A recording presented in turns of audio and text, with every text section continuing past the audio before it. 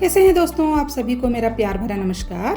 आज हम प्रयोजन मूलक हिंदी के बारे में जानकारी हासिल करेंगे। आइए, प्रयोजन मूलक हिंदी ये अंग्रेजी शब्द फंक्शनल हिंदी का पर्याय है।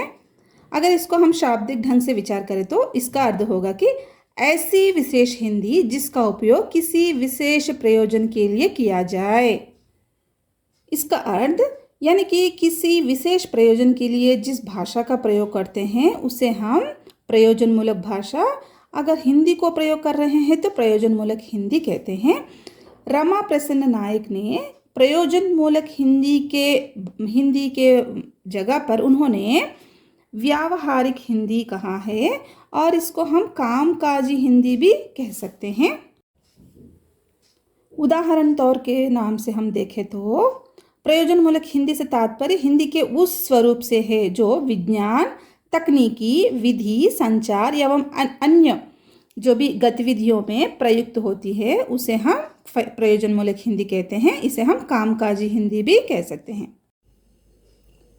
अगर एक डेफिनेशन के रूप में देखना चाहे तो जीवन की आवश्यकता की पूर्ति के लिए, यानी कि हमारे जीवन में जो भी आवश्यकताएं हैं उसकी पूर्ति के लिए, जीवन की आवश्यकताओं की पूर्ति के लिए उपयोग में लाई जाने वाली हिंदी ही प्रयोजन मूलक हिंदी है।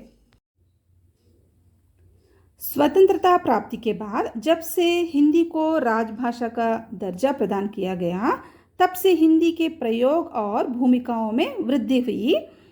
इसके पूर्व हिंदी केवल साहित्य की भाषा के रूप में ही प्रतिष्ठित थी। राजभाषा बनने के उपरांत हिंदी अन्य क्षेत्रों में भूमिका के लिए तैयार होने लगी। उस समय हिंदी के विरोधियों द्वारा यह प्रश्न भी खड़ा किया गया था कि क्या हिंदी भाषा में इतनी सामर्थ्य है कि वह अन्य सामाजिक व्यवहारों की अभिव्यक्ति करने में समर्थ है। तो इस शंका में थोड़ी सच्चाई भी थी, क्योंकि उस समय तक हिंदी भाषा ने अपनी प्रयुक्ति उपप्रयुक्ति का समुचित निर्माण कार्य नहीं किया था। भारत सरकार द्वारा सरकारी कामकाजों के निर्वाह के लिए शब्दावली आयोग का निर्माण किया गया, जिसके माध्यम से हिंदी के शब्द भंडार में काफी वृद्धि हुई।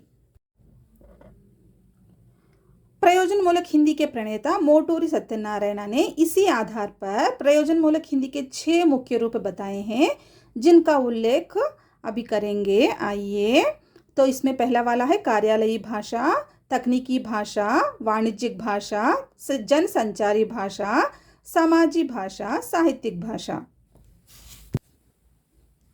विभिन्न व्यवसायों के और काम धंधों के लिए सेवा माध्यम के रूप में इस्तेमाल होने पर प्रयोजन मूलक भाषा के कई रूप सामने आते हैं, जो इस प्रकार है।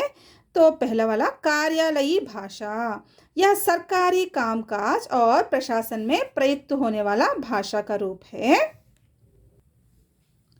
तकनीकी भाषा, यह इंजीनियरिंग, विज्ञान, शास्त्र या चिकित्सा आदि का भाषा का रूप है। वाणिज्यिक भाषा, यह वाणिज्य बैंक या मंडियों का भाषा का रूप है। जनसंचारी भाषा, यह पत्रकारिता, आकाशवाणी, दूरदर्शन और विज्ञापन में प्रयुक्त होने वाला भाषा का रूप है। समाजी भाषा, यह सामाजिक कार्यकर्ताओं और राजनीतिज्ञों की भाषा का एक रूप है। साहित्यिक भाषा, इसका प्रयोग काव्य, नाट्यशास्त्र, साहित्यशास्त्र आदि की भाषा के रूप में होता है। प्रयोजन मूलक हिंदी के प्रणेता मोटूरी सत्यनारायण ने इसी आधार पर प्रयोजन मूलक हिंदी के 6 मुख्य रूप बताए हैं, जिनका उल्लेख हमने अभी किया है। उपरोक्त बताए 6 प्रकार की भाषा का अनुवाद में अत्यंत महत्वपूर्ण स्थान है।